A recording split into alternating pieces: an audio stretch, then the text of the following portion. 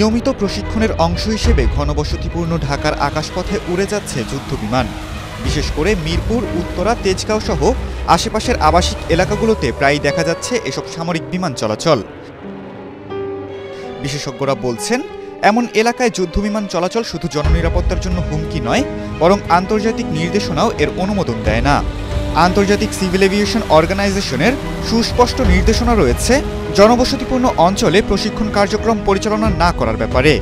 তবে বিস্ময়ের বিষয় হলো, দেশের বিভিন্ন অঞ্চলে প্রশিক্ষণের জন্য উপযোগী একাধিক এয়ারফিল্ড থাকা সত্ত্বেও সেগুলো কার্যকরভাবে ব্যবহৃত হচ্ছে না।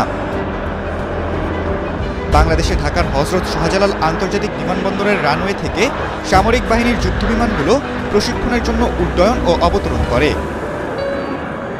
একই রানওয়ে থেকে যাত্রীবাহী ও বাণিজ্যিক প্লেন ওঠানামা করে।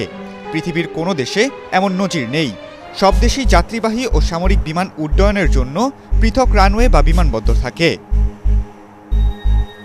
আইকাওয়ের অ্যানেক্স 14-এর নির্দেশনায় বলা হয়েছে, প্রশিক্ষণ ফ্লাইটের জন্য এমন জায়গা নির্বাচন করতে হবে যা হবে জনবসতি থেকে দূরে, যেখানে শব্দদূষণ কম হবে এবং ঝুঁকি কম থাকবে। বেবিচকের নীতিমালায়ও একই কথা বলা হয়েছে।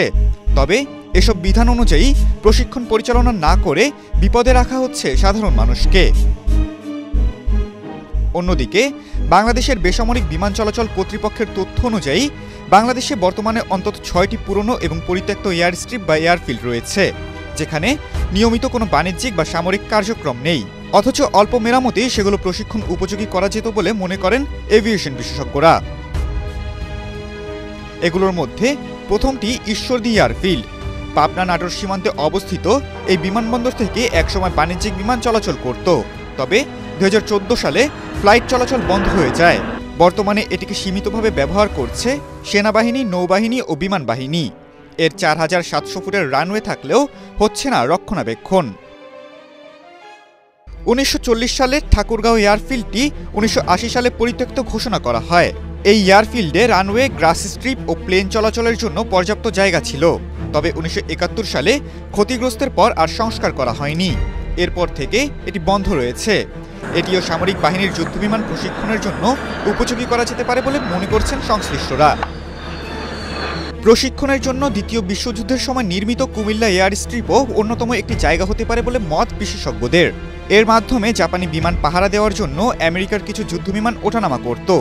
এরপর আনুষ্ঠানিকভাবে ফ্লাইট চালু হলে কুমিল্লা বিমানবন্দর দিয়ে অনেক যাত্রী ঢাকা, চট্টগ্রাম সহ দেশের বিভিন্ন স্থানে যাতায়াত করতেন।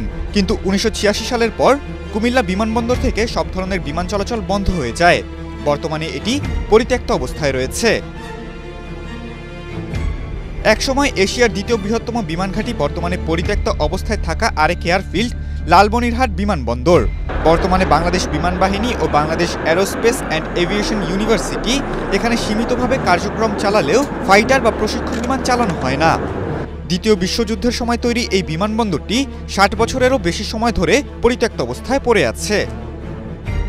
যুদ্ধবিমান প্রশিক্ষণের জন্য ব্যবহার হতে পারে বাংলাদেশের টাঙ্গাইলের এয়ার স্ট্রিপও। বর্তমানে এটি বিমান বাহিনীর প্রশিক্ষণের জন্য সীমিতভাবে ব্যবহার করা হয়।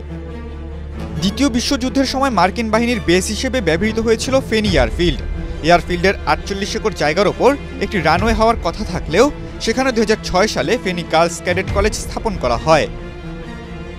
খালিদুল ইসলাম তানভীর, এটিএন বাংলা।